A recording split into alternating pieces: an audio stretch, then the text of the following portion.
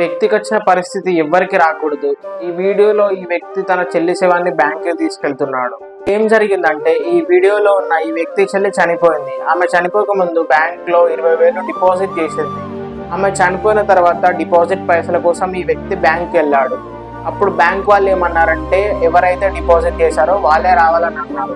అప్పుడు ఈ వ్యక్తి మా చెల్లి చనిపోయింది, నేను ఈ పైసలు తీసుకోవడానికి వచ్చానని చెప్పాడు. అయినా కూడా బ్యాంక్ వాళ్ళు ఏం లేదు, డెత్ సర్టిఫికేట్ అడిగారు, రూల్స్ మాట్లాడారు. అప్పుడు ఈ వ్యక్తి చేసేది ఏం లేక చనిపోయిన వాళ్ళ చెల్లి శవాన్ని తీసుకొచ్చి బ్యాంక్లో పెట్టాడు. ఈ సంఘటన ఒడిశా స్టేట్లోని కియోంఝర్ డిస్టిక్లో అయిన బినాలి అనే గ్రామంలో జరిగింది.